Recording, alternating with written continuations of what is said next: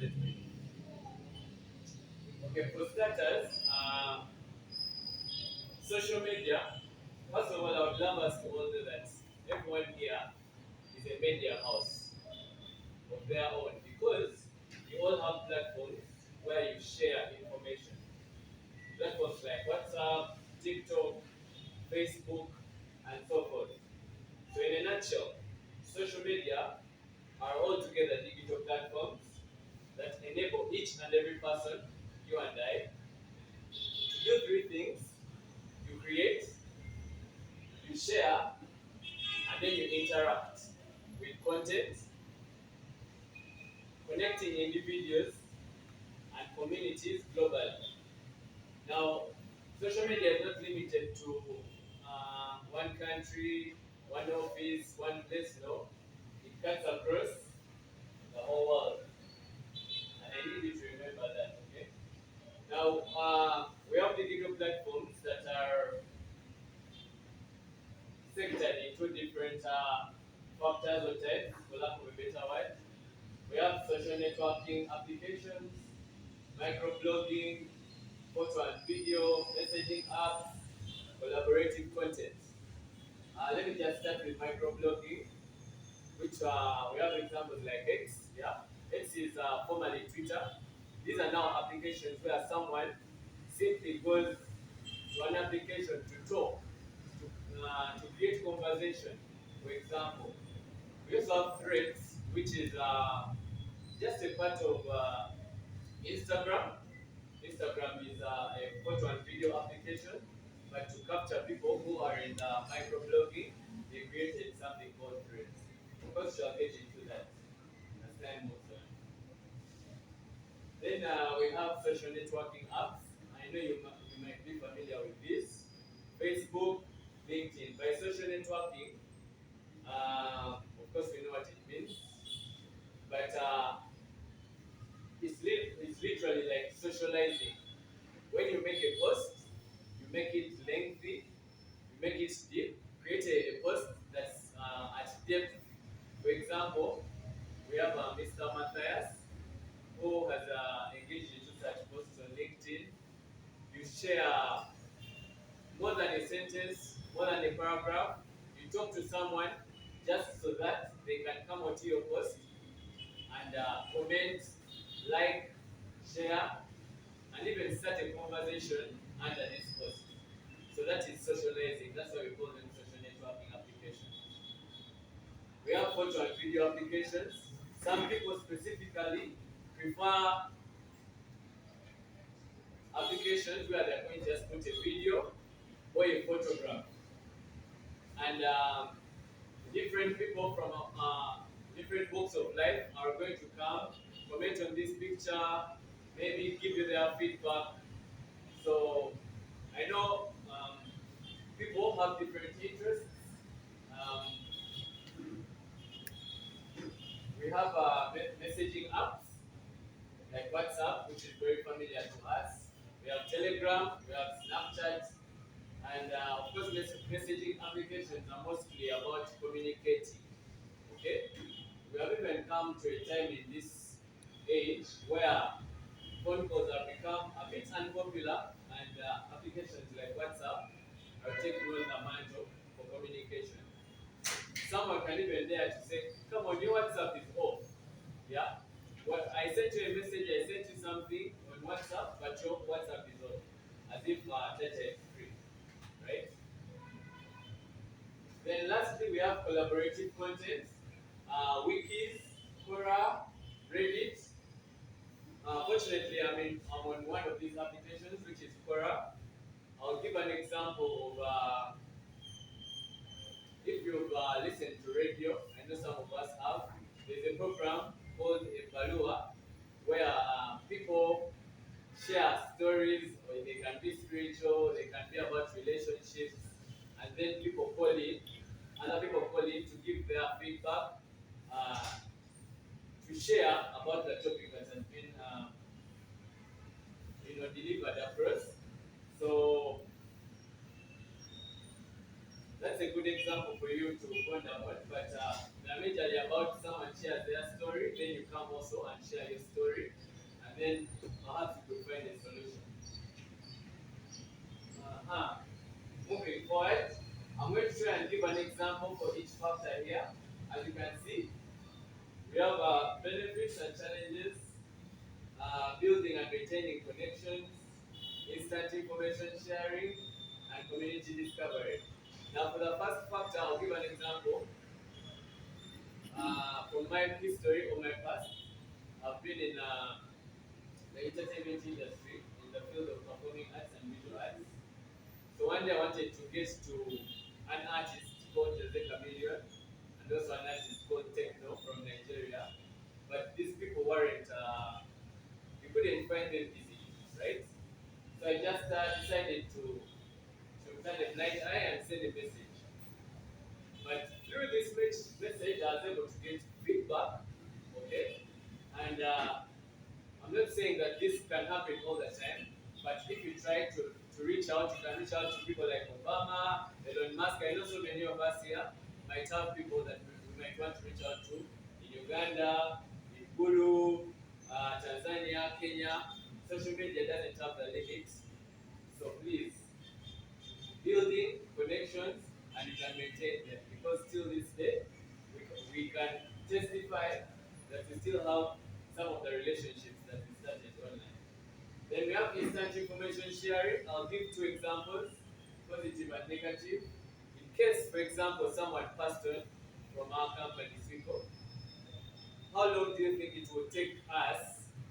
How long do you think this information will take to cut across all the different branches? Okay, Toro, Kavale, Natete. Instantly, someone can share a message online. It can be on WhatsApp. They can get broadcasts, okay, and everybody will know about this information. On the positive side, we have things like what birthdays, um, but you get the point anyway. Instant information sharing. That's the point. So if and also I want to share about community discovery. Here it says it enables individuals to find like-minded groups, support systems, and niche interest communities. I'm sure many of us have indulged into digital platforms where you asked, do you want to accept these cookies? Okay, this is just an example, but it's once you accept, you give the system permission to go through your own phone, okay, and find out your interests as a person. So what you'll find on your news feed is mostly who you are, okay. So I hope that the point is driven home. Getting into the challenges, we have misinformation and quality. Of course, we know about fake news. In our political season, we came to see that an example, a fake post by UCC, right? It was talking about shutting down mobile money and things like that, but that was misinformation. And that was obviously someone who abused this technology and used it for the wrong reasons. Okay? Um, Rapid spread of unverified news, fake news, can mislead people. So whatever you see on the internet, don't be quick to spread it. You need first find um, need first benchmark on the actual truth before you reshare. Privacy and security risks. This one I wanted to share an example that's a bit relatable. In case people, we have some people here with relationships and they share particular information, let's say pictures with their partner, and they only want those pictures to be in their partner's phone. We have challenges where your phone can get lost, okay, and your that information can leak. But this wouldn't be possible if it wasn't the internet. That's one of the features. We have identity theft, people impersonating someone. Someone can impersonate Mr. Kenneth here and say, I'm Kenneth, I work at Cybertech, I do this. Yet they just make their research on the guy, okay? So, staking, we have scams and the like. Then, of course, mental well being.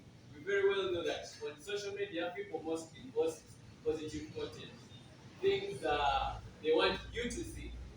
No one gets their negative stuff and says, "Let me put it out there." So when you're maybe a Saturday afternoon, you're home chilling, you decide to go on any application, it could be Instagram or Snapchat, and then you're seeing all these good things happening, and you're wondering, perhaps my life isn't perfect after all. Okay? And some people have been actually gotten depressed just because of this. We have screen addiction.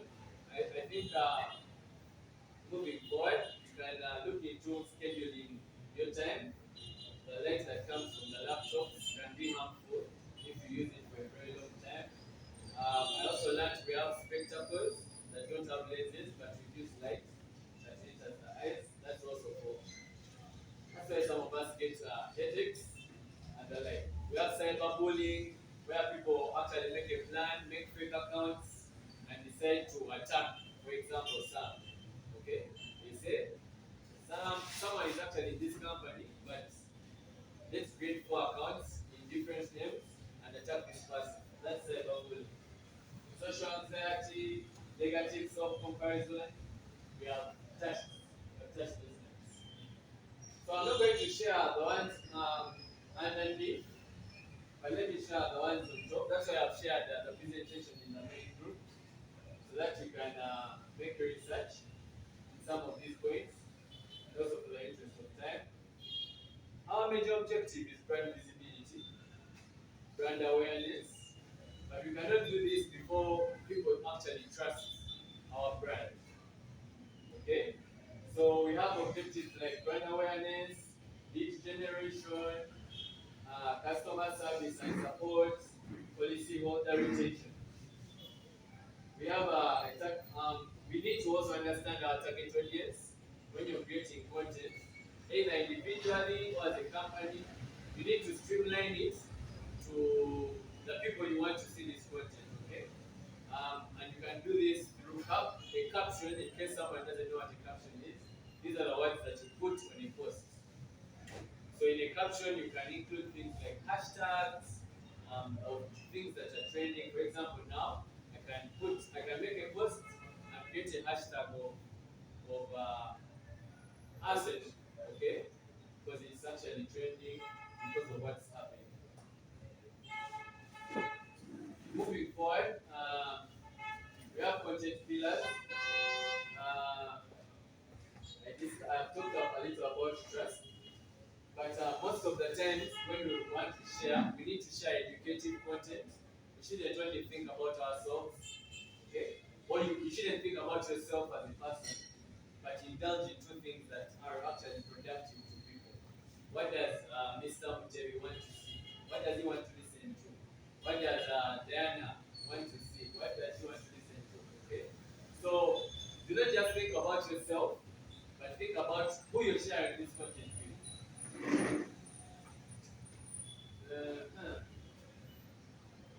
Briefly, I'll share about engagement. When you share a post on any platform, monitor it. Okay, monitor your post. If there is a comment that has come, try to reply to that comment. If there is a like that you have seen, you can actually go to someone's name and say thank you. This is called activity. On LinkedIn, these are called impressions. And also about impressions, um, the more activity that's around your post, the more your post will be brought to different people's feed. So it's important to keep that activity running. Don't just post, then go back on your work. Or you can post, go back on your work, then return to monitor that process. Okay. Responsiveness, yes. On the same point, for example, if someone comments on your post, don't wait for tomorrow or next week to come back and say, oh, thank you for what you said. Instant communication is what will drive a post. Okay? Instant communication. We also we have what we call peak hours when we are on social media, 5 a.m. to 7 a.m. Of course, from my research, and also 5 p.m. 7 p.m. and also lunch hours. These are now moments when people are using their phones and notifications are coming on their phone that Mr. Dowdy has shared something on LinkedIn. Some have shared something on X. Okay? Tone and care. Use empathetic, plain language, not jargon. I know many of us are skilled in our different professions, but it's important that when you're sharing information, you use language that people understand. Jargon is, for example, the other information I've told you that you'll check it out in the main group. We can't get into technicalities now, especially when we are seeking clarity and trying to catch to chase them. Never discuss some of the things publicly. And also, I want to share that whatever you post, you need to understand that it's going to be online or on the internet for a very long time. And that is if it's not forever. Okay? So, we have actually, before I proceed, I've seen that there is, in our company here, there is a fear of cameras. I don't know what brings that. There is, people fear to talk. But I think that together we can have these challenges because you can always reach out to someone, tell them this is what you're going to say, or this is how you can say it. Be confident, and apparently most of these contents, what should I call them, talking heads, is pushed by the algorithm, which is within the systems. For example, TikTok, Instagram, LinkedIn, YouTube. When you talk directly to a camera, you're directly engaging. It's like I'm talking to you directly. So these posts actually get really really popular. So please, in case you're one of the people who are shy, together we shall work upon that. Um, Safety and compliance, strict moderation of spam.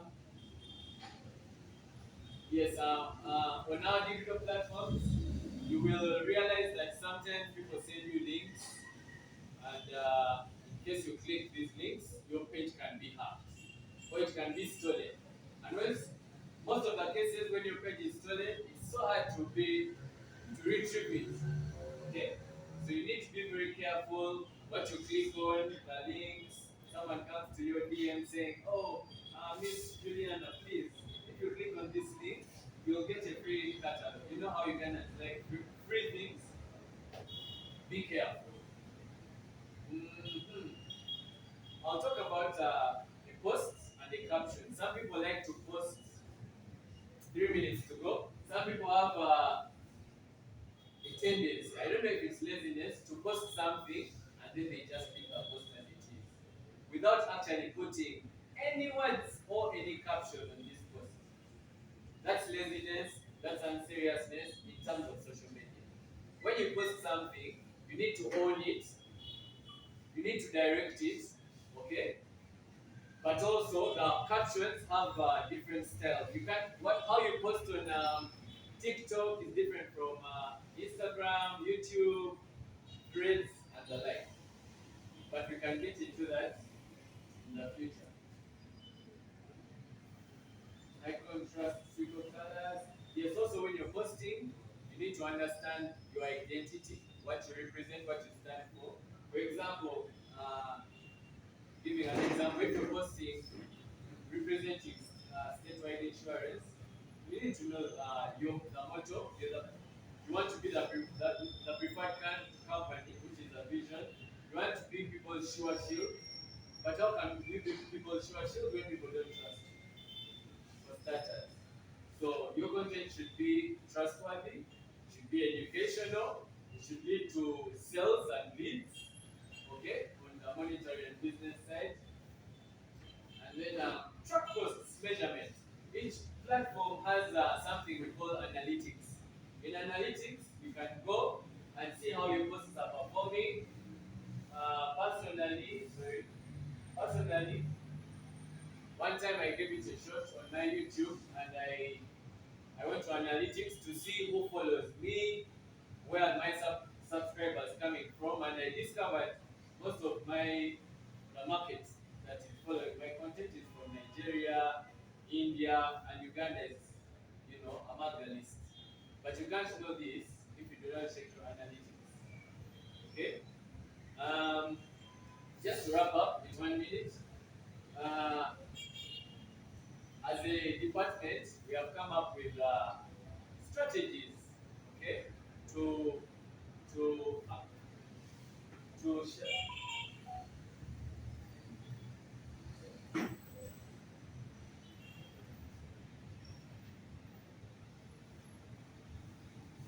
come up with strategies to share about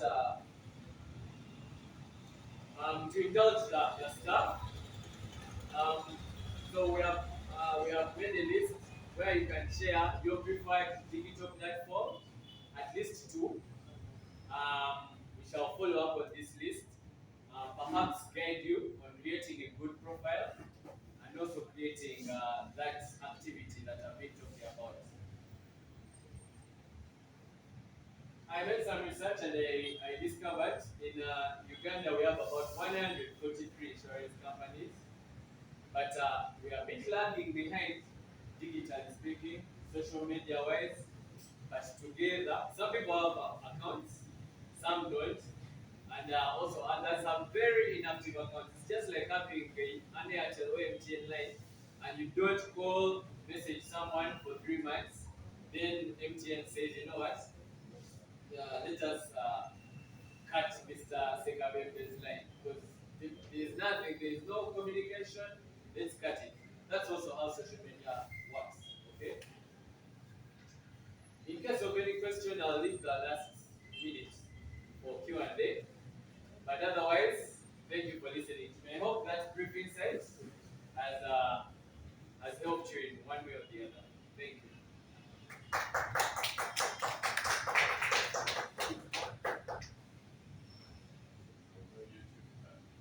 My YouTube channel is literally like my portfolio. Things have now really evolved digitally. So what's on my YouTube channel is everything that I do. Okay. At times, someone asks me, could you share with me your portfolio? And I'm like, wait, let me send you a link to my channel. You'll find all the skills that I possess, the things that I do, and yes, that's just about it. Any other question? Pause here. Any questions, please? Um, yeah, in a nutshell, thanks for listening to me. Please, I'm going to be moving one by one as time moves on, just to ensure that we are all on the same page, on the same front, digitally speaking. Because I feel like if all the staff of our company have a digital platform that's active, I think we shall achieve our targets. We shall be a preferred company in one way or the other. I'm also made some research on our competition, and they are so aggressive. If I'm to give you some names to look out for Sylvia Mulinge. She's the CEO of MTN. Look out for Mr. Mwingo Jagwe, his LinkedIn. Look out for it. Look out for Mr. Matthias, his LinkedIn as well. Uh, Look out for ICEA. I don't know how old that company is, but digitally, they are making things happen. Now, also as we have a great advantage since we have so much content in our phones, but it's not shared. Just because maybe we don't know how to package it, we don't know what to say in the captions, but step by step, we shall get there. Siko, Joshua Shield. Thank you.